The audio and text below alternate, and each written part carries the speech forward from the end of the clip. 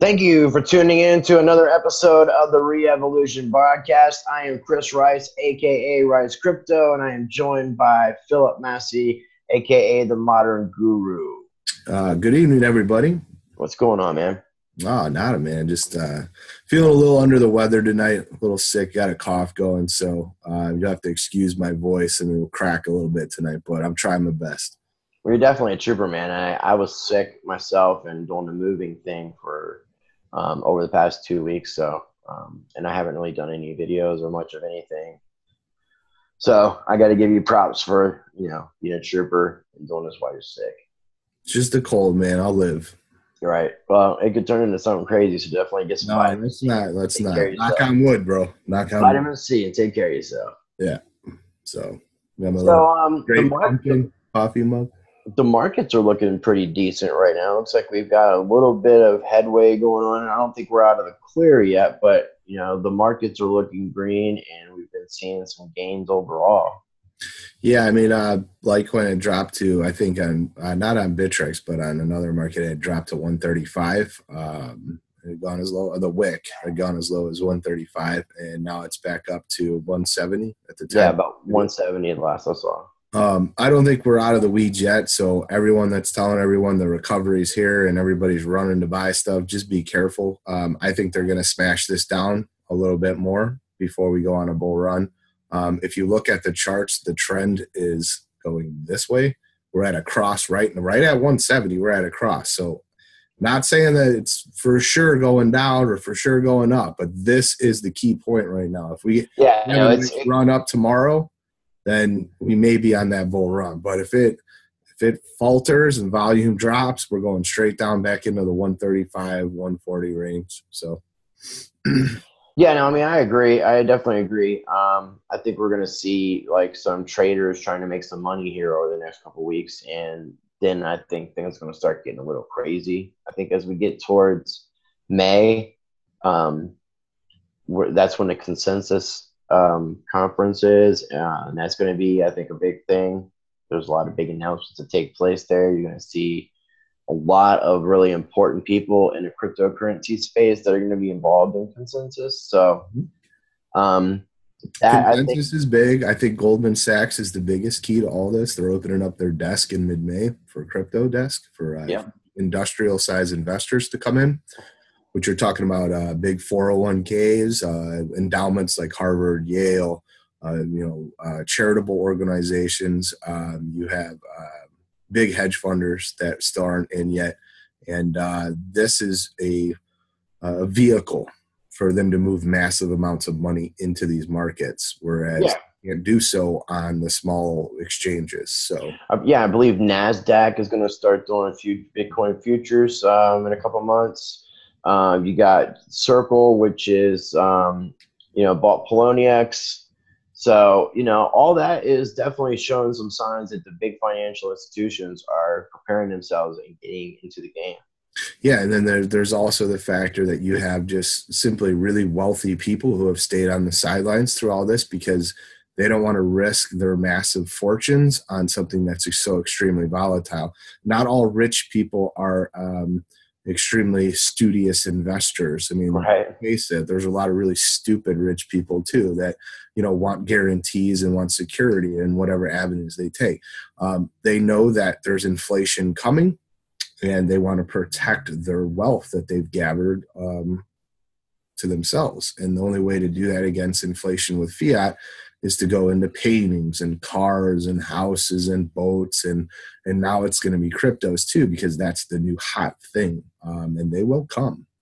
It's just a matter of when and how long it takes, which is something that we all need to be watching and keen on moving forward. Yeah. And you also, the fact is that with all this, there's no crystal balls. We're in completely unknown territory here. And I don't think nobody can. I mean, people are speculating, and that's all people are doing. That's all people can do. And the billionaire boys, I think we're going down again because I think the billionaire boys are not done shaking the tree yet. They need more tokens. And there's an awful lot of people that are hodling, man. Yeah. They're not budging, which Yeah, is no, I mean, kind of I'm crazy. not, I haven't even recently been trading because it's just the market's so weird and I don't want to make the wrong move. Yeah. That's the importance of educating yourself. So, I mean, I'd rather hold my coins long term than mess up and lose some of my profits or some of my gains. So, I think it's smart to hodl, especially in these kind of situations. Plus, you got so many people that bought in when it was so high. They're just like, what's the point of me selling right now? Like, Right. what? I'm Yeah, you got smashed. people who are buying Bitcoin at Yeah. 16, So 19,000. all they're doing is they're trying to get the last little bit that they can get before Goldman Sachs opens up that desk, consensus. And, the Coinbase has that. It's still rumored, but from what I heard, it's actually a reality. Coinbase is offering a vehicle where you can invest in multiple coins for industrial grade investors on their exchange. They're going to open up a program for them. There's all Well, kinds. I know they had some kind of program that they were opening up to people. I think it was like $10 million minimum Yeah, start in or something like that. That's what you're talking about. Uh, that's the rumor. I don't know for sure, right. but that's the rumor.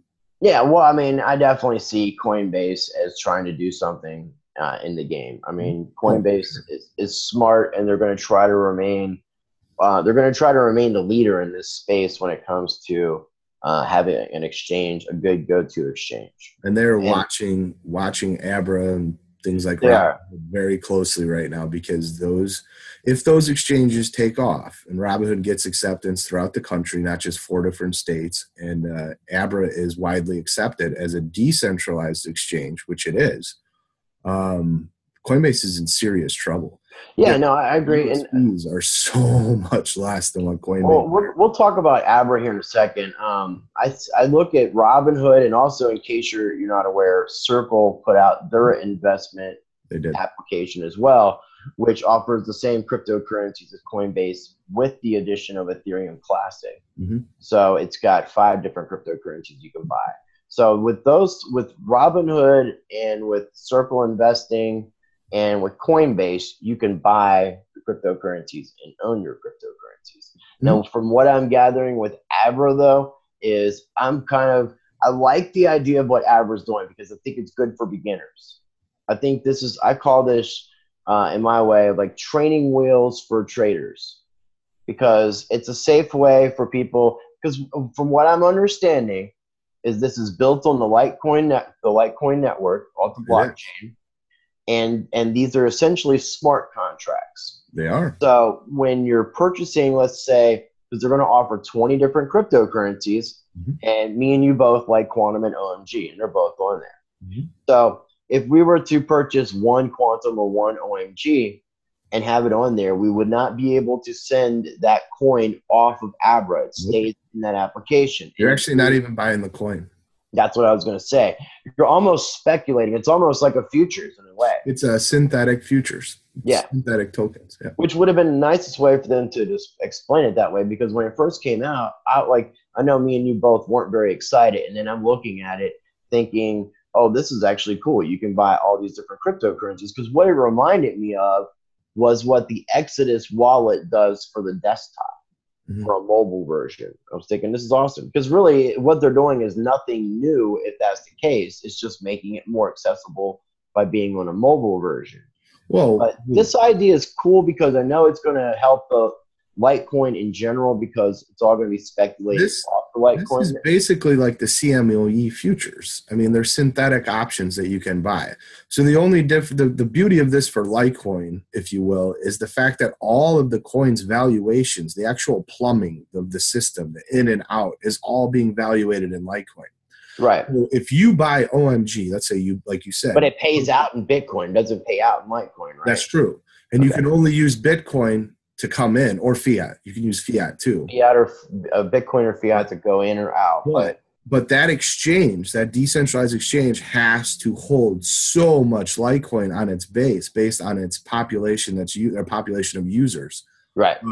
And that's going to increase the price of Litecoin, because it's going to take out a bunch of Litecoin out of right. It'll create more scarcity. Right. But the thing is I don't have as much of an issue with it, because I went through security protocols. I actually contacted their customer support and I got a response in 2 hours. And they said that that wallet that I have on there, I only have access to it. They don't have access to it. No one has access to it but me. Right. Through my cell phone. So it's still a lot safer than the centralized exchanges are. And another good thing I think is going to come out of this, though, is like, and I'm not 100% sure of where it's based, but I know they have a lot to do with the Philippines and the United States. So I'm going to say it might have something to do within the Philippines. Now, the Philippines does not have an exactly super strong economy. So this is a way, I think, of helping the Filipino people to be able to make these investments and be able to take advantage. And not only is it going to do that for the Filipino people, but when it opens up in these other remote areas, like in places like Africa and South America and Central America, and just places where people don't have a lot of access to things like this, it's going to be able to create an avenue for those kind of the everyday person. And that's why I call it training wheels, because you don't you're absolutely 100% correct. Like there are so many, there's billions of people. And we don't think about this stuff. We don't think about how unfortunate other people are in other countries where the economies have been screwed. Now, I do want to go and talk about our economy later, because I think that we are going to be suffering eventually, and probably sooner than later. We're definitely going to go into that. But, you know, we don't think about the importance of these people in what Trump calls shithole countries.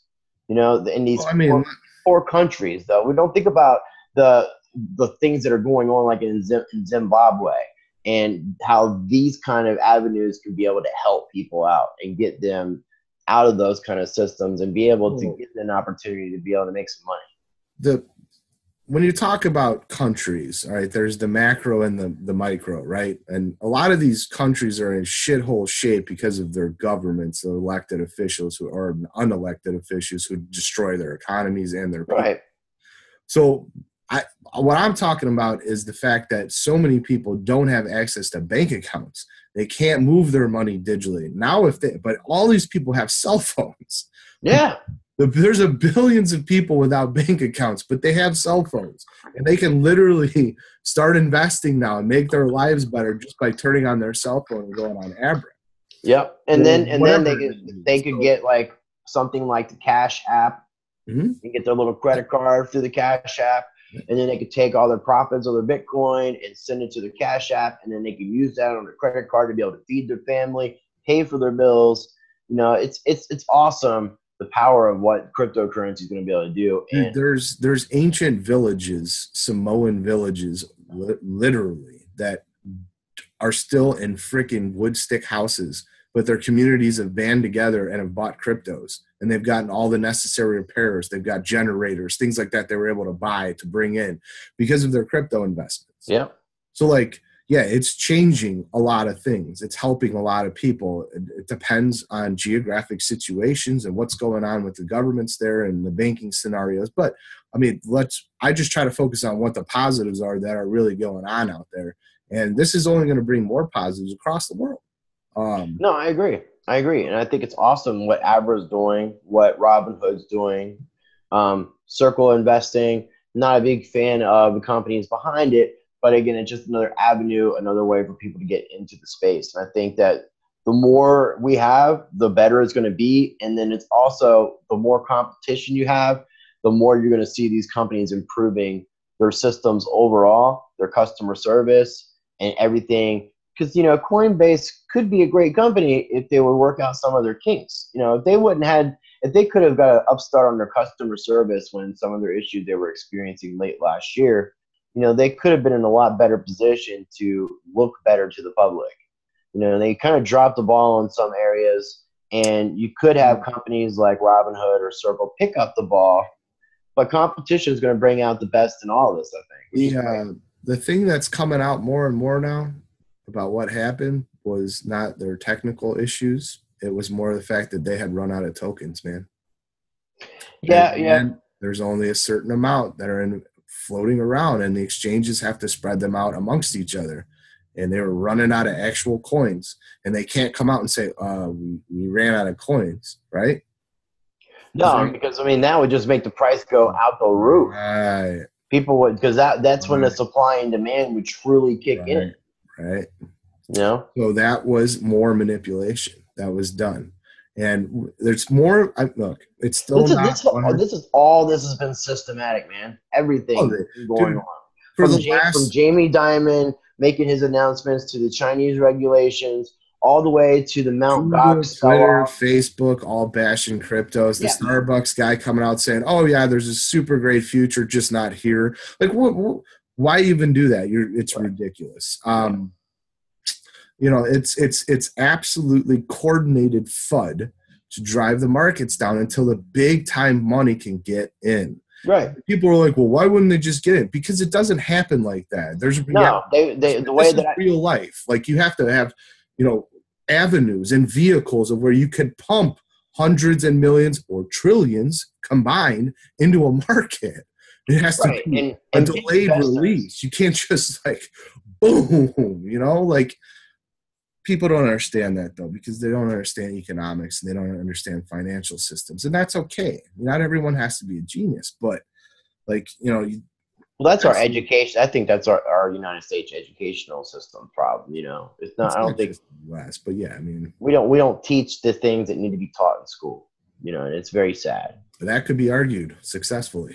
I'm taking a macroeconomics class this semester with my college, and I mean I'm learning a lot of important stuff, but I've got a teacher who just doesn't see the bigger picture. I'm trying to explain to her what I think is going to happen based off a lot of research, a lot of things I've heard people say, the direction that things are heading, and she's got this positive outlook that the government with fiscal policy and the Fed, and we can solve all the problems and we can fix everything. But like I told her, you can only do that for so long. And then it just collapses. And if you look at any major civilization, like the downfalls to all of them have been monetary based. And and all these kind of systems, debt-based systems, go straight back to their intrinsic value. And almost, not all, but almost the vast majority of tyrannical authoritarian governments that have come into existence throughout human history have come directly after a huge financial decline. Almost every single one. I mean, I've learned so much about macroeconomics into the class to fill in kind of like the gaps of things that I didn't know. It just makes me sick how our world operates on a financial level and what we need to make that happen and how corrupt and manipulative it is and how controlling it is. It just makes me sick to my stomach to think that war and all these things are what prosper countries and make everything better. That shouldn't be how we live, and that shouldn't be how humanity is. For us to progress, we have to fight. We should be able to find peaceful ways of living and be able to progress in those avenues and not have to use these excuses. And if you look at it all, central banks finance all these wars, and they're financing every single side of the war. Mm-hmm. And they finance the weapons. They get the weapons through that. It's just a super sick system. The drug trade too. Don't forget about the drug trade. The drug trade is very successful because it is allowed to be very successful. Well, Phil, we got to be the change that we want to see in this freaking world, man. Oh yeah. It's crazy. We're trying, man. It's just one man, two men here. We're trying, bro. I do it every single day. I try to talk to somebody about some of these things on a daily basis, just to, gauge in conversation, whether it's some high school kid that works for me or, somebody on the social media or something. I'm trying, but right. Or these videos too. I mean, the videos have been pretty good so far. I think the overall commentary has been positive on our channel. So I'm happy about that. I mean, if that's, yeah, I mean, I think we got a good thing going, man. I mean, it's just a matter of us getting more attention, getting ourselves out there, and learning the system of YouTube and how all this crap works. As far as because I think that we put out good quality content, and I've seen some really crappy YouTubers out there. And like I was saying before, I would like to try to start communicating more with other successful YouTubers who I think are valuable in this community, and start kind of putting together people more so and kind of form an actual community and have people talking about, because I've been noticing a lot of people have been doing the same videos. And if you've got a community of people, you don't need everybody making a video about the same thing. I'm not going to sit here and just copy somebody's video to get views and things like that. I want to make sure the material that I'm putting for my content on my channel is valuable content, and I want it to try to be like original and helpful. I don't want to just be You'd be a regurgitator like the mass yeah, media. Is like that what you're saying? Yeah. there's 100 videos on staking neocoins. What makes you want to watch mine? I don't know how many videos right now about Abra. I'm going to do one because I feel compelled to talk a little bit more about some things people aren't talking about. But for the most part, they're just like saying, "Oh, this is Abra. You can buy cryptos." But they're not even talking about the things that we're talking about the Litecoin blockchain, about smart contracts, about you not actually owning those tokens. It's more of a future. I hear what you're saying. There's a couple guys though that I like really respect and I watch theirs because even though they're talking about the same thing, they don't have the same points. Like there's things that I learned from different people. Even though their subject matter for the videos based on the same thing. There's a lot of they have different opinions. So it's fun to still watch. And also human beings love echo chambers. They gravitate towards echo chambers more so than dissenting opinions. That's just the nature of the beast. Right. Which is why I love Veracity, because he was the one that called this latest crumble, dude. When everyone else was yelling, $40,000 Bitcoin, here we go, strap in. He was like, dude, everybody sell it. They're about to drop it down to 140. And he was right. And he's the only TA I saw that called that. Who are you talking about? His name's Veracity. I'm giving him a shout out right now. The dude is awesome. Like, he is awesome. And he was right. He was right. Awesome. I'd check him out, man. I'm not familiar with him. Veracity. Yep. That's cool. I'm giving him a little shout. I'll put it down in the comments, but he's a pretty funny guy. But he's a long-time investor. I don't know how old he is. He won't say, but he's been around I think he said he's been around for 30 years, Forex, everything. And he's like, he was just laughing because as soon as he made these predictions, it was before Litecoin's price dropped through the floor, right? And all these people are coming on his channel, calling him an idiot and a loser and, like all the usual troll verbiage that comes from our wonderful human beings that live on this planet. But, he was just like, he lost a bunch of subscribers because of it. And then he was right. And well, usually the people who are right about stuff don't usually have the popular opinion, it seems like. No, that's kind of seems like a lesson in history. That's why we are a constitutional republic in the United States, because the founding fathers despise mob rule and majorities. Because often enough and throughout history, the majority tramples over the rights of the minority based on the whims of whatever society is their key talking points that they're vomiting at that point in time is in regards to politics or whatever it may be. So they put those protections in place so majority mobs couldn't destroy everybody in the country, run right over their rights and freedoms. The actual founders hated democracy. Believe it or not. Yeah, the majority of them, yes. Yeah, and they were not at all like for the form of government that was forming in the direction we were heading. Humans had their first dose of this with Socrates and Plato. They call them Platonians. I mean, they trampled. The majority trampled over the rights of the minority. And we saw it in Greek democracy right there, the cradle of democracy. So, yeah, but, it's just cool to look back and see all those key historical points in history and then what. And, speaking about like founders and stuff, our current POTUS, our president of the United States, banging a porn star. Not only that, but banging and banning U.S. citizens from purchasing and participating in any type of anything to do with the Venezuelan petrol. Yeah, I mean, most of his buddies that are his donors, and people that are like been supporting him throughout this process, they don't like Venezuela much. So I don't know if this has to do with Trump actually caring that a centralized currency needed to fall, or the fact that it's just more of the same with Venezuela. I don't like I thought maybe it was a combination of the Venezuela thing and the fact that it had something to do with oil, because it's supposed to technically be a cryptocurrency that is backed by the oil. And um, the United States has a kind of, for the moment, which I think is going to change probably in the next year, has a control over the petro market. I mean, that's the only thing giving power to the United States dollar is petrol. And, when we got put on as the world reserve currency, we were, all the petrol is being traded in the world by the US dollar. Everything's good. Yeah, but this is a centralized token. He could say it's backed by petrol all he wants, but really all they're doing is a spreadsheet and digitalizing it.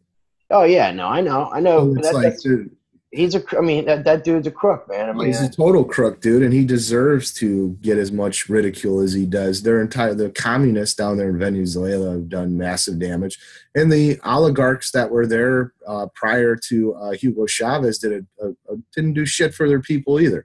So, like, Venezuela's just been just smashed politically for a long time now. Economically, not And just politically, the country. It's totally sad, too, because they should be the richest country in Latin America. With their oil reserves, they have the largest oil reserves, some say. Some say they have the largest oil reserves on the planet now that Saudi Arabia has been so depleted. So they shouldn't be having these issues.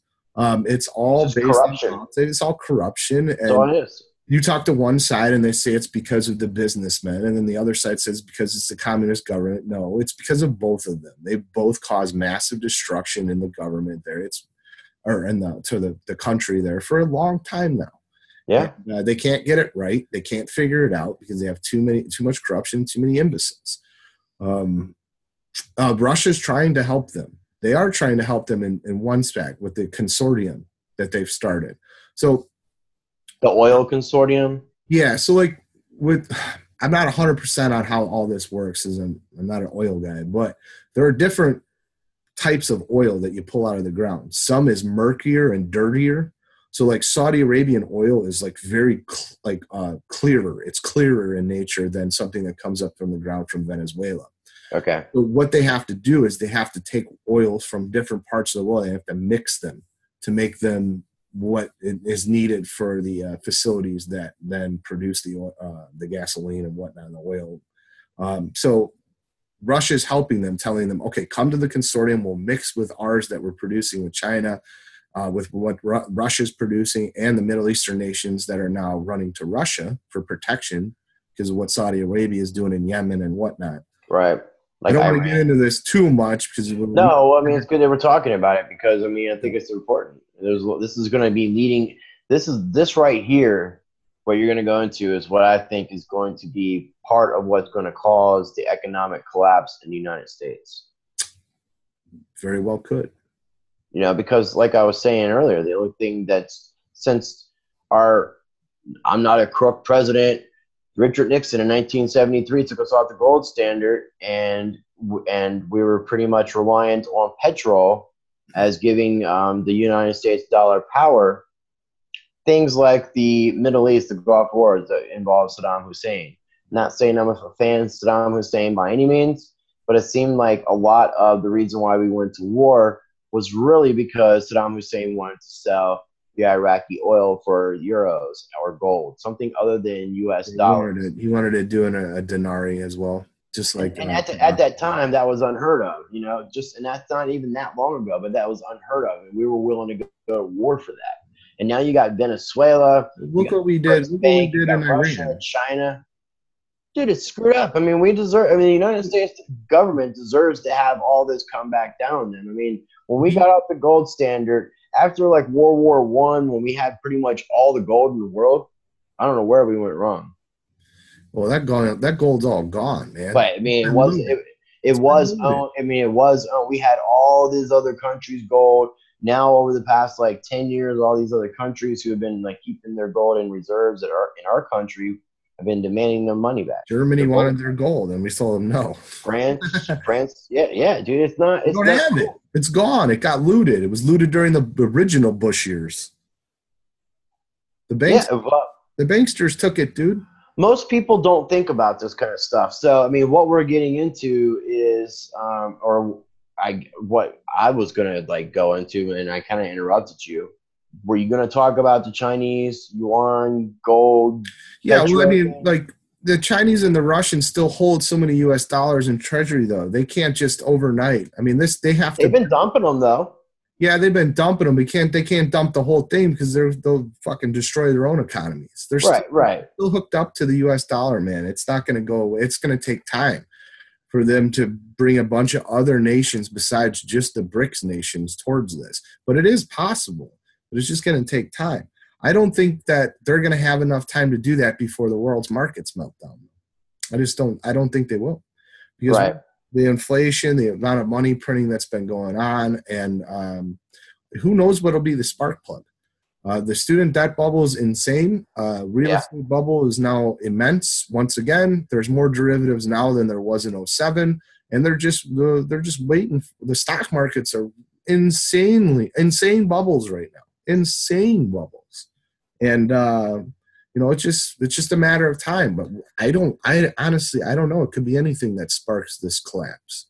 I don't think I think the Russians and the Chinese are at least 4 or 5 years off from having any kind of major consortium or accreditation with a bunch of different, not powerful, but a bunch of different nations that sign on to a gold-backed yuan or a cryptocurrency, whatever it may be, that the governments there decide to use as the vehicle, with India too. But I think the markets are going to blow before then, but who knows? I don't know. Yeah, well, I definitely see a purposeful global economic collapse for sure. And the reason I say purposeful is because it's been planned to do this all along, because ultimately the powers that be, central banking, would like to have one form of global currency. It's easier to control things that way. And that's what the war is going to be that's coming. So cryptos, decentralized cryptos, or a globalist crypto, or something of the effect that's similar to it. Yeah, I think that's definitely going to be once we get that mainstream adoption coming on, like we were talking about. I think it's we're going to see that war of centralization versus decentralization. And for the time being, I want the world to be exposed to cryptocurrency. So I'm going to play the game. And originally, the central banks wanted to use, I think they're called RSDs, and that was going to be issued by the SDR. Or SDR, excuse me. And that was created in 1969, which is technically the first digital currency. They were going to issue those, but I don't think those have gained very much popularity. And so we're considering other options. I am going to there's somebody I'm going to be trying to contact and do an interview with who does a lot of studying on stuff like this. But one of the things that was being tossed around was the idea that China is working with the IMF, with the SDR, creating a cryptocurrency, and they're going to use the Chinese economy as like a test ground for this. And I don't want to get too deep into it because I don't know complete facts, but from what I can tell, it seems like if there is going to be a global currency, it would be in the form of the SDR. The SDR is basically the money that the central banks are using amongst themselves. So it's like the real money. Yeah, the real money. Mm-hmm. We don't see the real money. We got the play monopoly money. The banks got the real money. And it's been in existence for quite a while. And you can invest in SDRs. But like I said, I think all money is an illusion, bro. Every single everything, even gold currency on this planet. Gold's only given value because we've given it value, but really it doesn't really nothing on this planet is really worth anything. Right. Money is an illusion. It's an illusion that everyone agrees upon, right? So whatever they want, whether it's Litecoin, which is I can't hold it. Rocks, cattle, goat's milk. That's how we started out. Yeah. We started out doing like the commodities trading, and that would include things like precious metals. Right. Then that got to be tedious. Right. So then we started the government started coming up the IOU systems, and then they start. It's a mess, man. But I encourage anybody that is interested in any of this kind of stuff to go on YouTube and just search regarding the history of money.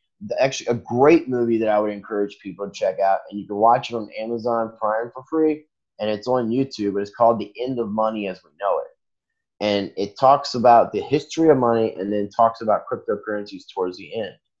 But on the idea that if you have an island that has a certain rock that's not that's a little bit more scarce than the other rocks on the island, then they could use that rock as a currency.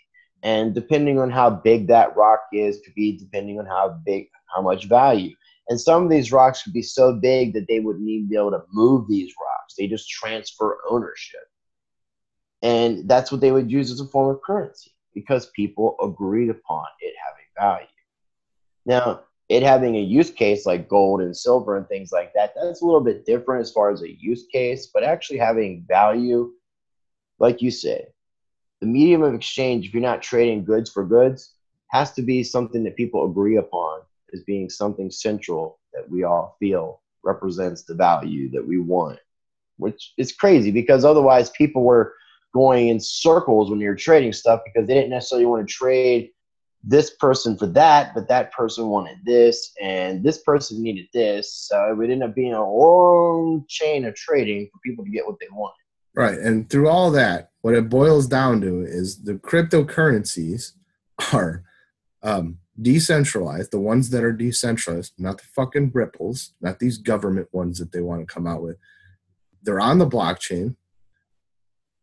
You trust, you can see them. Banks can't manipulate them. Governments can't print them.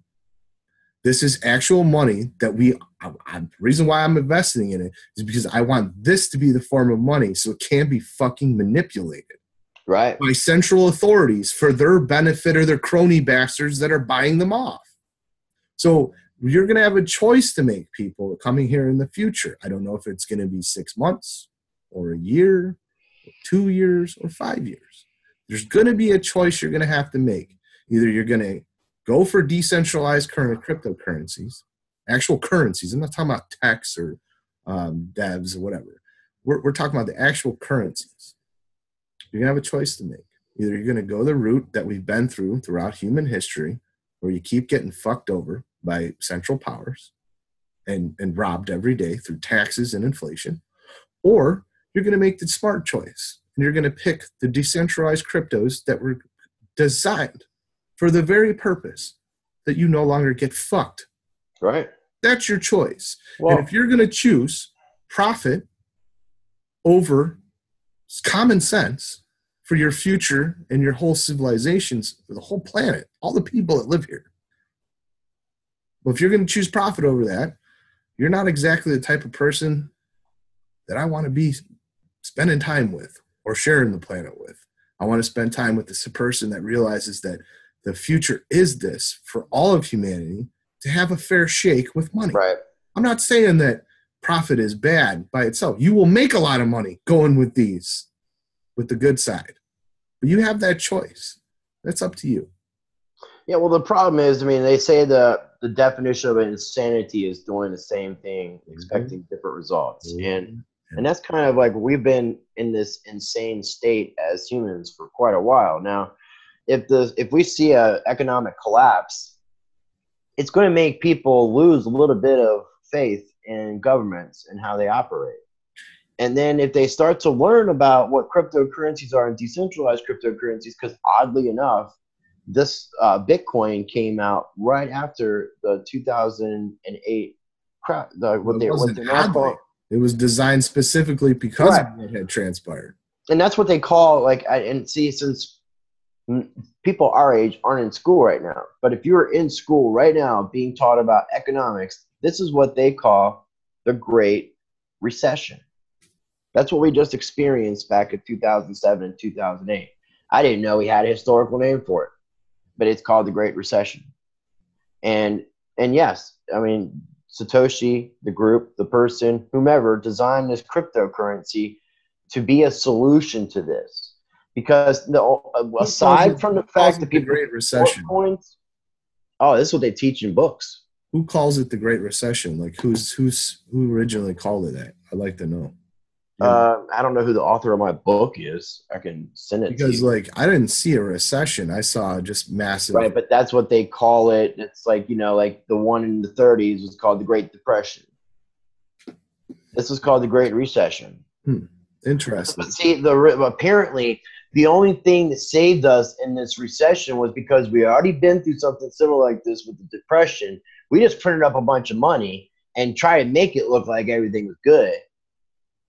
While in the meantime, That's what I was trying to get to. right, in the meantime, nothing was all good. We just kept printing up more money, and now we're here. We're right here, right now.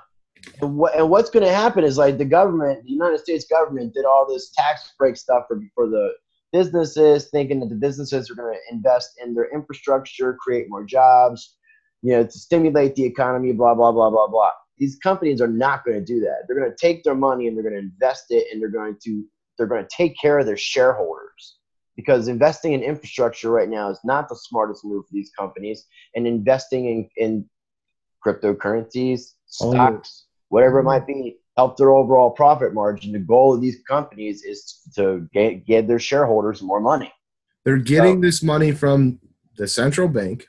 They're not paying any interest on the money that's been given to them, and they're repatriating and buying all their own stocks back, which is what's caused the stock market, until those 1,000-point drops for a year and a half, it caused it to just go straight up on an incline, because Amazon, Microsoft, Apple, getting free money printed, backed by nothing from the government, and then just rebuying their own stocks, causing the prices to keep going up. All of our companies, most, not all, but a majority of American companies on the stock exchanges are underperforming in every sense of the traditional investor profile on what to invest in when he looks at companies. Right. They're underperforming, almost all of them. This economy, the stock market, has been driven by money printing. People do not understand this. That's one of their biggest issues, because people don't want to understand this. To them, economics is boring. It's stupid. It's right. Well, I mean, but reality television is more important that night people need to wake up and really realize like what is actually going on. Like you're saying, man, like you can pretend this is boring and this doesn't matter to you. When we enter a stage of hyperinflation, this isn't going to be boring to you anymore. No, it won't. You're going to want to know all about this stuff. In their defense, they've never had to experience this. What great disasters besides the 20s have the United States really ever gone through? But not only that, man, our government and probably every other government, or majority of governments, they program people to not even care about stuff like this. Well, I mean, they want you to trust the government. They just want you to trust them. I mean, I'm going to contradict what I just said here, though, because I just thought about it. But like Europe has been through massive, massive meltdowns all throughout history, and their people are just as asleep as ours are, as an overall in regards to financials. Maybe not, because this is global, man. This is global. It's a global cattle run, dude. Something that's been prod the cattle. Keep prodding them. What's this old saying? All roads lead to where? Nowhere. Well, I've heard it. All roads lead to Rome. And this is like Rome all over again. It is. There's Stefan Molyneux did a video a while back about the similarities between Rome and the United States, and it was the best video he's ever done, in my opinion. I just feel like we're a continuation of it. Like it never really went away. It just Rome fell because they started devaluing the lira, and then the corruption. Oh, really? So what would happen if we start devaluing our money by printing a bunch of it? Same thing, right? And at that point, many of the senators and the rich business people of that day were robbing the treasury blind. There was so much corruption. They had King Henry? King Henry, I think, was the one that like straight up just like went to like the mint or whatever and just like stole, or like the bank or whatever it was, and just stole. Oh, I was talking about Rome, but yeah, King Henry. Yeah. I didn't mean to get off subject. That's a different one. That's England, I believe. Yeah. Yeah, no, that is. But it's, I mean, yeah, I did get off subject. I'm But I sorry. mean, the British Empire went through the same problems too, but they're completely bankrupt now from their massive empire that they spread all over the world. But Rome had spread everywhere. It expanded and it no longer had the troop capability. So it started paying off foreign mercenaries. These foreign mercenaries were given citizenship. You had all these foreign people from all these foreign lands that were then in populating Rome. But what It was was a the huge ultimate culture fall? clash. What? What ultimately caused the fall of Rome? It was finance. Right. Right. That's But pretty much what brings all these things to an end. but as you know, Chris, like all I was talking about this today. I'm surprised it came up in the video, but all recipes for disaster. You look at a recipe, there's a bunch of different reasons why the disaster comes into place. Finances were one of the biggest in Rome, but it's a collection of things that come together. Fools, let's just use the word fools. Fools in any society or any culture look at issues that are present day situations are negative, and they say, oh, this is the reason why. They pick out one, and then they start demagoguing about it. They're out there, whether it's gender politics or identity politics, skin pigment politics, whatever it may be. They pick out one thing and they just hammer on it. That's their life. That's their political existence. And they Right. find out they surround themselves with other fools, okay?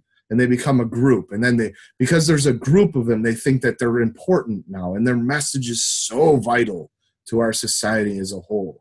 And it keeps collecting, And then there's people at the top that see this and they capitalize on it. They figure out ways they can capitalize on it. And you cause the division. But I'm getting a little outside myself here. But there's so many things that go into why you see a cancer, that you visibly see a cancer in your society, but there's lots of things that cause it. What is cancer? Cancer is it's a decaying system. Right. Like, so even if somebody's cured of cancer, right? They go in, they have whether it's holistic healing or whether it was modern Western medicine that gets the cancer out of their body. Insurance companies know this. How long do they have to live even after they're cured? If cancer's gone out of their body. Do you know? No. No, I mean 2 years life expectancy for after anybody after they get cancer removed from their body, 2 everybody's years. life expectancy is 2 years. 2 years. Because your body is a decaying system at the point you have cancer. So even if we found a cure for cancer, say you still, your life expectancy is still only 2 or 3 years. That's why the money is, all the corporations, they look at the things to like subdue the disease, not take it away, because the profits in the things of treating it. You can't, my dad died of cancer. He had a spinal cord tumor. There's nothing they can do. They couldn't even operate. Yeah. Couldn't even operate. No, I've seen Like situations his like whole that. system was decaying, though. Even if they were able to get that tumor out that would wrapped around the spinal cord, he would have been dead on average. But I mean, that's not every form of cancer. I mean, that's certain forms, because somebody can get breast cancer. Go talk to your insurance company to get a That life must insurance. That must be like an overall average. Yeah. Because I mean, there's obviously like women who have breast cancer that live quite a long time. There's far more dangerous forms of cancer, sure, without question. Liver cancer, things like that, lung cancer, you're toast soon. Yeah, that's my uncle. My uncle had lung cancer, never even smoked in his life, but this is a general rate that insurance companies go through when they do their life insurance policies. All you got to do. I mean, I know that they have all this stuff figured out, because in my business law course, we talked a lot about this. And my business law teacher was actually really cool. I was with her for 2 semesters, and she called insurance companies the original gangsters. That's how she referred to them. I'd say the government was the original gangsters, but these people are basically legal criminals, and it's a screwed up system. Yeah, I mean, talking about the health system and things like you're talking about is a whole nother ordeal. But what it comes down to is that's how screwed up our society is. I don't think insurance companies are gangsters. There's a lot of people that are very thankful for insurance companies. The thing that I don't like is I don't like our elected officials being able to be bribed by all these institutions, because the power corrupts. Lord Acton. All power corrupts, right? Yeah, it does. Any form of power becomes corrupted. So that's why you have to have balances in place. And you know, let's say that one insurance company says, okay, well, we're principled. We're not going to buy your politician. Well, their competition's going to. Right. So they're going to be put out of business. Right. This is the system. You play the game or you fall by the wayside. Chris, if me and you owned our own insurance company and we didn't pay off our senators and our right, we would have, if we want to get in that business, just like them. We're done. We would have to be just like them. We're done. Yeah. But so you know what? This system produces this centralized, massive. We just need to wake up of government. People need to wake up to all this kind of shit, because the way that this stops is by us changing, and by us changing the whole entire system. You've got to decrease the size and power and scope and footprint that government leads over your life. This has been lost to most. They are so used to having government wipe their asses for them on a daily basis for so many things that people have forgotten what it meant to actually make decisions in your life, be free, and be responsible for the communities that you live in. Those days have been they're just forgotten. They're just forgotten. People can't even imagine a world right now without, you know, Social Security. You can't even imagine a world without it. Did people all die without Social Security and the country melt down before we had it? Right. The communities get destroyed because they didn't have highway systems built throughout them? No. And government, I'm all for governments having roads, regulating roads, waterways, having bridges. Oh, I'm all for infrastructure. Yeah. But I'm not all for all this extra corruption and bureaucracy and extra crap, all this fat that we don't need. Yeah. I mean, from the way I understood it, the way that our founder fathers wanted our country to be is that our states would basically govern themselves, and that the federal government would be there to basically protect our rights. Right. And this is why I'm so angry with Trump right now. It's not because he slept with a porn star. 20 years ago or 10 years, wherever the hell it was, that's their private business. I don't care who Bill Clinton was having consensual sex with. I don't care. Right. It's none of my business. I care about what they're doing to my wallet, my community, and what laws they're passing. But the reason why I'm angry with Trump right now is he has a key position in time to take all this money printing. They're printing money left and right. Why not build the goddamn infrastructure of the country? Repair these bridges that are collapsing. Repair the roads. You know, use that money to build shit we use. High-speed rail systems. Digital, getting all the computer systems, the electric grid, the power grid built up. Why are we wasting more money on fucking military bases all over the world? We're building up more aircraft, more tanks, more bombs. For what? Well, dude, no, we got to prepare for Space Force. Come on, man. Space Force? We're going to space. You didn't hear about this shit? Like, no, for real. You did not hear about this? No, I know what you're talking about. Okay. Yeah, exactly. Space Force. Look, the cryptos are going to take over, right? This system's going to fail. Print the fucking money now and fix the place. Stop spending it on bullshit. Stop wasting it on all these things that the previous presidents have done. We're not seeing any difference right now, and that's why I'm so mad at him. That's why I think he's a failure.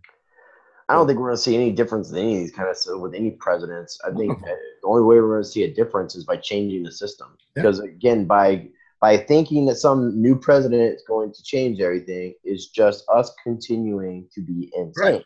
And the thing is you're not going to get any change until the damn people wake up. And they all join together and stop talking about their genitals and their skin pigments. Well, I mean, dude, that's part of obviously what we do. So, I mean, since you're saying that, you know, I mean, I want to have the power in the system. They're afraid of the people unless they have them manipulated and propagandized to the point where they're scared of their shadows. And that's what. If you guys are watching this video, you need to share this information with your friends and your family.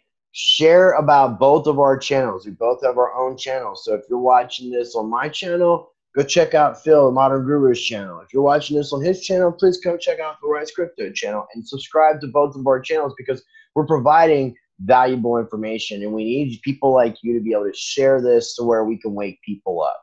That's the whole job. That's the whole purpose in doing this kind of stuff, is we need to wake people up. In order to change this world, we got to start with ourselves, and then we can project that outward. But we got to wake each other up. It is our job as human beings to wake each other up. We need to wake up, people. See what's going on around you. Realize. Yeah, dude, I don't want to speak for you, so I'll just speak for myself here. I don't know if you agree with me or not. You can say so after, but like, I don't want to be a YouTube celebrity. That's not my goal. I'm not making money off this. I don't care about that. I am trying to wake people up. That is my whole goal and intention of doing this. Whether it's crypto, politics, whatever it may be. I need people to wake up, and I'm trying to do my part. And dude. I mean, you can only help us do that by subscribing or liking these and getting this out to other people. If you agree with me. If you think I'm crazy, that's fine too. So be it. I mean, you can't please everybody. I agree, but I think most people who are coming across material like this are already in this mindset direction. When you start going down the little rabbit holes of cryptocurrency, you start waking up to these kinds of things. And, you know, when you said something about waking up, I thought it was kind of funny, because that was kind of when we talked about what should we call our show, I thought about something with the term wake up or woke, because I think it's very important. You know, I want to cause, like, I agree with what you said. I want to make a difference. I personally would like to make a positive impact on this world. I don't say that egotistically. Mm-hmm. I say that because I have experienced hardship. I've been down at the bottom. I've seen some really bad stuff. I've done some things I'm not proud of. I want to see this world be better. There's no perfect humans. I want to see this world change. And in order for me to say outwardly, I would like to see this world change, I have to change, because I can't be the problem. I have to be the solution. You can't be the problem. You have to be the solution. We have to wake up. We have to stop being insane, and we need to change this world. I like that. You know, I think that you guys, again, please check out both of our YouTube channels. Now that I've got moved, hopefully you're not going to get too sick, and we can just keep our consistency and get back on track, man, because I would like to do more episodes where we're branching out and not talking specifically about the cryptos or even about politics, because I mean, I know we're about at the limit we were trying to set, but you got so much going on in the world that we need to bring attention and awareness to. We had that shooting today that you didn't really hear as much as you would have if a bunch of people died and the shooter just happened to be on the loose, because somebody killed this guy and fixed the problem solved. You didn't hear very much about it. It didn't. Oh, you know what's crazy today? It didn't fit their agenda. I'm looking around, man, and like CNN doesn't even hammer on that point. So it starts with they report it, what happened, they report the specifics of it, and then they like move on to something that's more. Yeah, it should have been. I mean, this should be like constant, like this, like it should be something that should be on. Everybody should know what took place today in Maryland. You're talking about like, oh, the psychology of the officer now that took the life. Like what? He was trying to kill kids. Be thankful that the guy was there. Blew him away. Right. Like, because it could have been more than now. Was it just 2 injured? Nobody dead? 2 injured. One was critical, but was removed from critical status. Okay. So imagine how much worse it could have been. It could have been horrific. Right. And you know, I understand like the aspect of if I was in that situation and I would have shot this kid for doing what he had done or was about to do, like I would seriously think about what had happened and that I took a life, and you know I might be a little like unnerved by it and very conscious of what I had done and think about all the actions. But like overall, like my conscience would be clear because I saved kids' lives. Like this officer did what he's fucking supposed to do in that situation. Right. Good for him. I don't consider him a hero, but good for him. Great. Yeah, because he did his job. He did his job. Yeah. That's what his job is doing. So you can't call somebody a hero that does what they're supposed to do. I mean, Now, I don't idolize anyone. I don't idolize celebrities. I don't idolize sports heroes. I don't have, people are getting, they're too involved in this drama shit and this reality television. I think the fall of mankind was reality television, to be honest. But, internet, reality TV, it all just, I mean, a lot of these things just took us away from it's a little off track, but it has its relevance in certain aspects. But yeah, dude, I mean, kudos to him for doing his job, but that's what he's supposed to be doing. You're supposed to be protecting the kids. That's good. You did it. Congratulations. There's stories every day that I read of people, armed citizens that are protecting people from robbers, people breaking into homes, assaulting. You don't hear about the heroes. Assaulting wives. They get shot, and then no one reports on it. No, they just care about the tragedy. Yeah, they only care about what fills their narrative, which is get the fucking guns away from us. That's what they want. Yeah, well, I mean, and I would like to kind of finish it up on this, but what's sad about all that we're saying, whether these are some of these school shootings are like false flag events or anything like this, I'm not saying that. But what I am saying is the government is being so smart about how they're handling this with the media that the way that this is going to play out is not the government saying we're going to take your firearms away. It's going to be the people telling the government, we want you to take our firearms away. Yeah, that's their new. So the government does not look like the bad guy. And people need to realize why we have that amendment in our Constitution. You have a whole generation they are working on right now. A whole generation they are working on to try when those kids grow up and they replace us. Yeah. Us in this 30-year-old range right now. No, 20-year-old range. What are you talking about? Whatever. You know what I'm saying? So they have a whole generation that's going to have a different outlook on firearms. This is the perfect scenario for them to further that agenda. Yeah. I don't believe any of the school shootings were false flags. Whether there was government involvement or not, I don't know. But I know those kids died. Some of these people in the alternative media saying that it was fake and staged and all that. They're fucking nuts too. But no, I mean, I don't say that, but I do know that at some of these events that the media has been coaching the children. Oh, for sure. That's for what to say. Oh, I saw it. I saw the videos. Which is just as bad. Yeah, that's a fact. But that's par for the course with politics, man. Politics is a very dirty business. And the news media of today is a very dirty business too. So I'm talking about mass media. I'm not talking about like alternate media sources. But yeah, I agree with you 100%. This is an agenda, and they're everything they've tried to this point has been unsuccessful. This one is had some success, and it's scary to think about because when we're gone or when we're old, I don't know if the next generation is going to support liberty and freedom. Well, it depends. I mean, I guess to protect yourself and your family against the tyranny of these sons of bitches that have been raping and pillaging our society for 100 years now, 100+ years. And they don't care about you at all.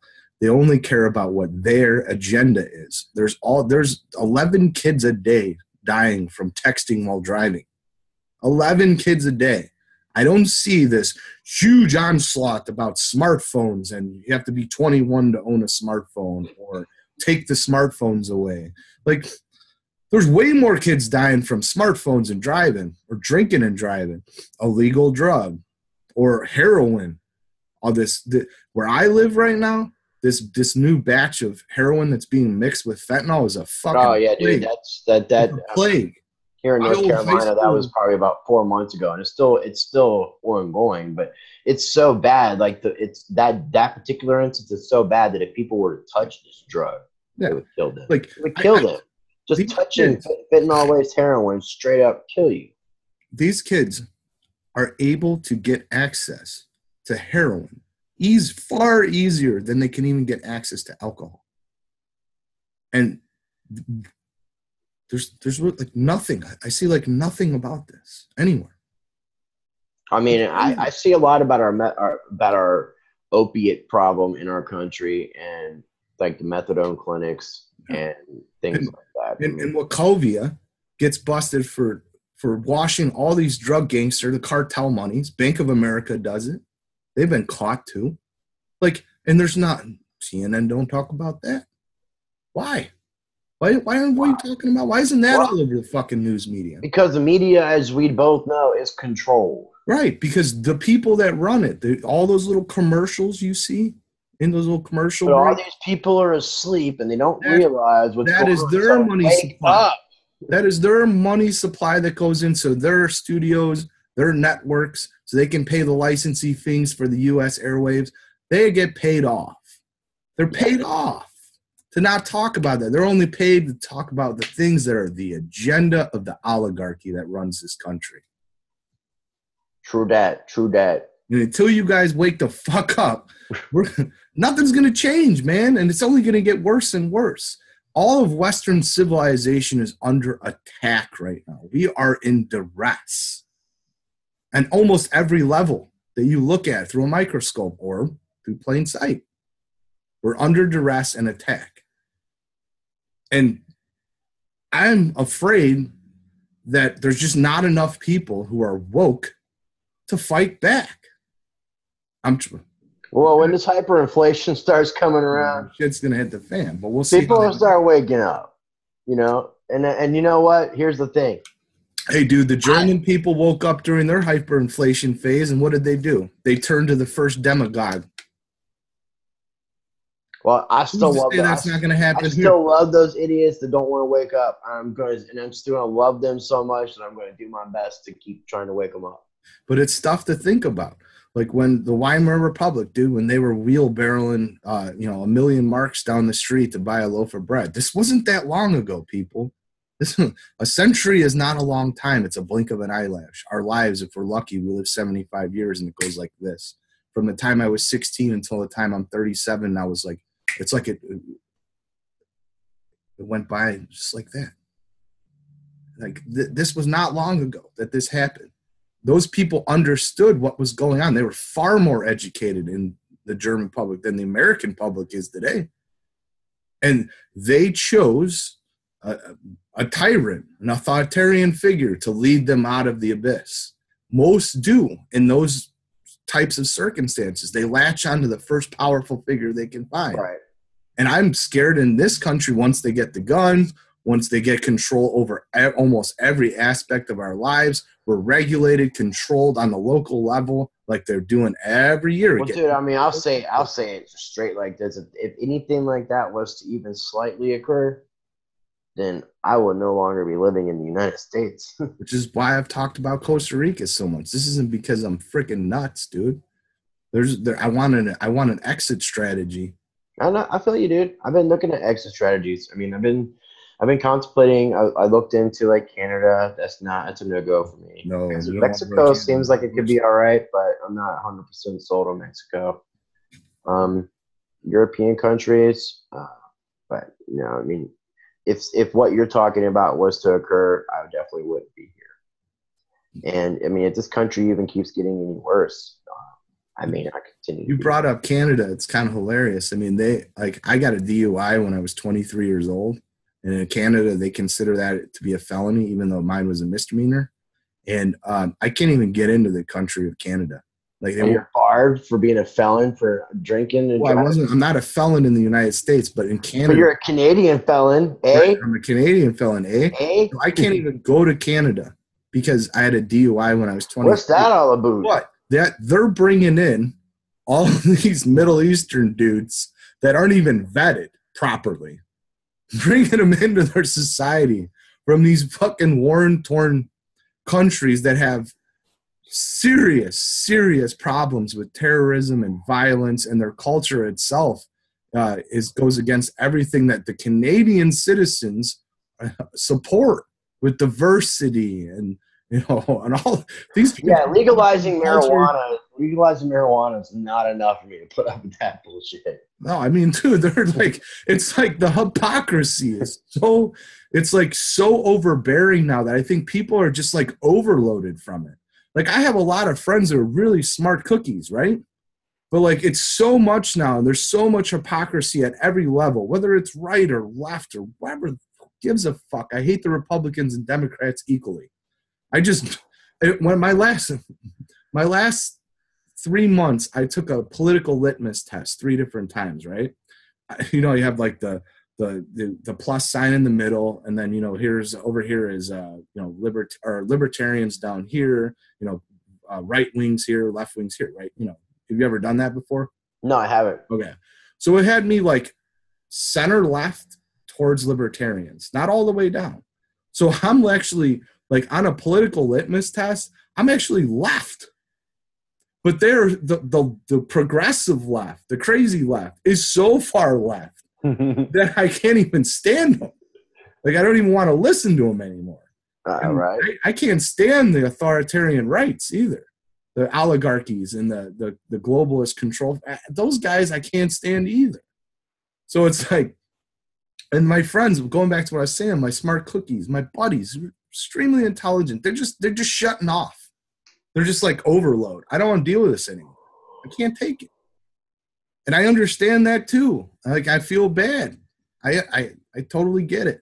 But I can't do that. I can't just shut down. Like, I'm the same way, dude. I mean, this information can be very overwhelming when you think about it, but I can't, you know, would it be easier for me to go live in the woods? Yeah.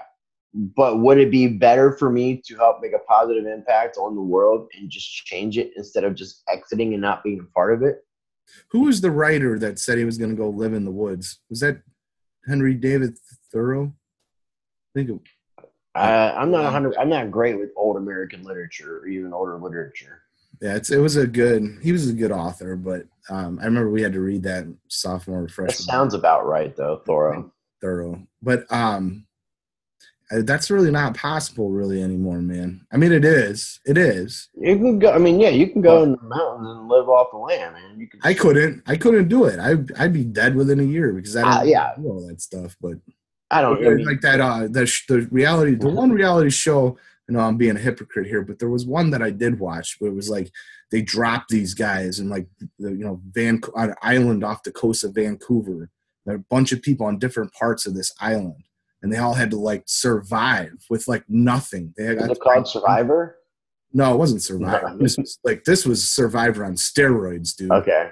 So like, and there was like fucking bears and shit. And there's like, all you had was this little button you could click, and the emergency team would come within 45 minutes to an hour. So like, if a bear's going into your tent, you're fucked, right? You don't have a gun. You go, hey, Mr. Bear, please don't eat me. Climb a tree, but the problem is those Kodiak bears can climb trees faster than you can. So, but anyway, but that was a really cool show but it like showed me how difficult and how reliant I am on modern technology and modern. Oh yeah, I know. When I say I go live in the woods, like I didn't say it would be easy. Oh no, I would be definitely. Probably. But I mean, that would be a solution to get away from this insanity. But then what does that mean? It means the insanity is still just going to keep going on. That's why I think it's important that we stick around and we promote this change and we talk about the things that we talk about and just keep putting out good content and just keep waking people up, even if it's just one person at a time. There's always hope, dude. Always hope. So, is there anything you want to say before we wrap this bad boy up? No. If Elon Musk is watching, I would like to volunteer for the first colony on Mars. That's all I gotta say. Mars. Dude, that would be cool as hell. We're all gonna die, right? So you can't live in the woods and you want to go to Mars. Oh, that would be dope as hell, though, man. To take a trip through the stars, go see Mars? If I'm dude, if Elon Musk is watching this, just let me take a trip through the stars and bring me back. For sure, dude. Like, just bring me back. I don't want to go live on Mars. Would I rather die on a trip to Mars or be successful as the first person or one of the first people that colonized Mars, or die getting hit by a car 4 years from now? Well, tell you what, if you go, I want your Litecoin. No, dude, you can't have my Litecoin. You can't take it with you. I'm emotionally attached now, which is I'm never supposed to be. But I love my Litecoin. I'll buy you some physical tokens you can take up there. The Litecoin. I don't want your fiat. It'll be the same thing. I don't want your fraudulent fiat tokens, bro. You don't need money on Mars. You might. You might need Litecoin on Mars to buy like potatoes and shit growing indoors. Potatoes. I like potatoes, baked potatoes. All right, dude, it's getting late. Again, if you guys are watching this, please subscribe to both of our channels. Please hit the like button. Please share with your friends and family because it helps this video to be seen by others. The Modern Guru on YouTube, Rice Crypto on YouTube. You can check us out. What is before we get off, and keep it short, but what is some of your social media contact information again? Facebook, Philip Anthony. Philip is spelled with one L. I'm the Modern Guru on Twitter. You can find me always there. And I started an Instagram, but I don't really use it, so I don't go on there very much. I think I'm going to create an email and start leaving that in my videos just for the Modern Guru. I don't want to use my personal email. That thing's already nuts and as enough as it is. So yeah. But yeah, that's it. Cool. Well, you can check me out on Facebook, Chris Rice DW. My digital wealth page on Facebook is Digital Wealth USA. On Instagram, Twitter, Steemit, YouTube at Rice Crypto. That's one thing I wanted to talk to you about. We'll do that on the maybe when we get off. But I wanted to talk to you about what is it called? D-Steam or DTube? Well, Steemit, DTube, and yeah, I definitely want to talk to you about it, and I'm probably gonna do like a couple videos on my YouTube channel about it because I'm gonna try to push more towards the DTube stuff. I upload everything that I do on my YouTube channel onto my DTube with the exclusion of the stuff that me and you do. And the reason I hadn't put the stuff that me and you do is because it takes a little bit more time for me to upload on DTube, and we'll talk more about that. And with the videos being like an hour or so, it takes forever. Now I got improved internet, I could start uploading them, and I might actually create a separate channel for like the Re-Evolution broadcast on DTube so that we can just have something just specifically for us. Yeah, I wanna start uploading stuff on there because what I've seen from Google, Twitter, YouTube, et cetera, recently is starting to scare me. Well, I'm glad you said it, and I'm glad you said it while we were doing this because I was talking to Ken Bozak and Crypto Mac about the same thing. And I'm glad you're saying it because if you're looking at what's going on with the censorship with YouTube, and with all these different companies like Google and Twitter starting to talk about how they're not going to advertise or allow anything cryptocurrency related, what that could ultimately mean for someone like me and you is that we aren't going to be welcomed here. Yeah, I mean, Heidi got flagged the other day too. I don't know if you saw that. Yeah, everybody who's talking about anything that's not cool or that's not transgender doing makeup or you see me doing a transgender video, just put some makeup on his face. Kitty cat videos or eating one of the hottest chips. If it's not something like that and doesn't Tide Pods, and it makes people think, and we're encouraging to wake people up, yeah, we're not going to be welcome in these parts here too long, sir. So we need to get acclimated with Steemit, with DTube, with DLive, and just say bye-bye to all this bullshit. But in the meantime, we need to utilize this space. That's what we're doing. So I'm telling everybody, utilize this space. Do like what Adam Kokesh is a great example with this transition because he does post a lot of material on YouTube. He posts the same material on DTube, but he also posts exclusive material on DTube. So if you really want to get the whole Adam Kokesh experience, you're going to want to go to DTube and check out his stuff because he's going to have more content because he's supportive of what DTube is, the decentralized version of YouTube. So I definitely want you to look into it, and I definitely would like to talk about it together, because I think that we need to bring awareness to this kind of stuff, especially to people like Heidi, because Heidi should be preparing herself for having another spot in case they just blow her out.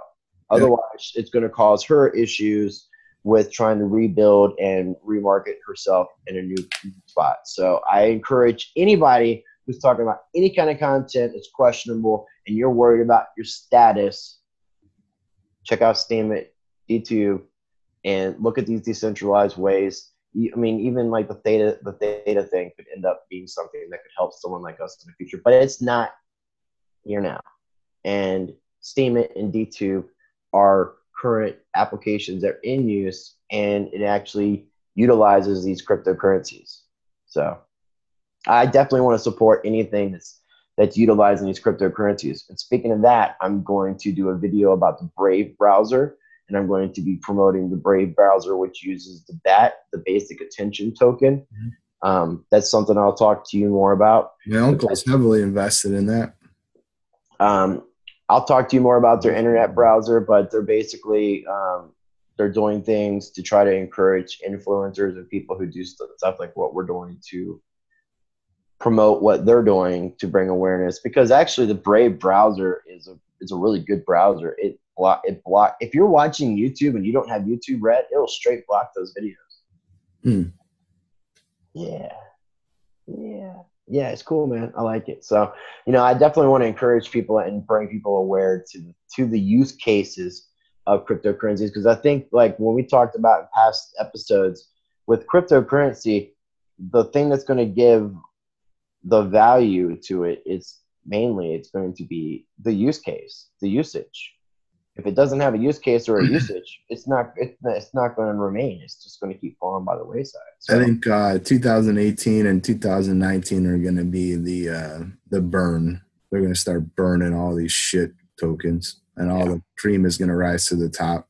And Bittrex delisting over 80 cryptocurrencies coming up is an example of that. Bye. That's an example of that.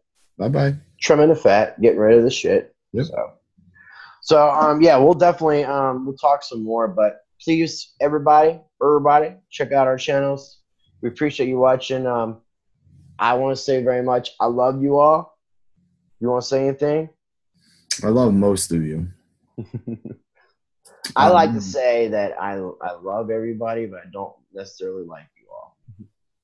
Well, I like to tell the kids at work I'm an equal opportunity hater. I hate everyone equally. Just kidding, guys. Just kidding. I love most people. It's just the really bad eggs I can't stand. So, but no person has ever.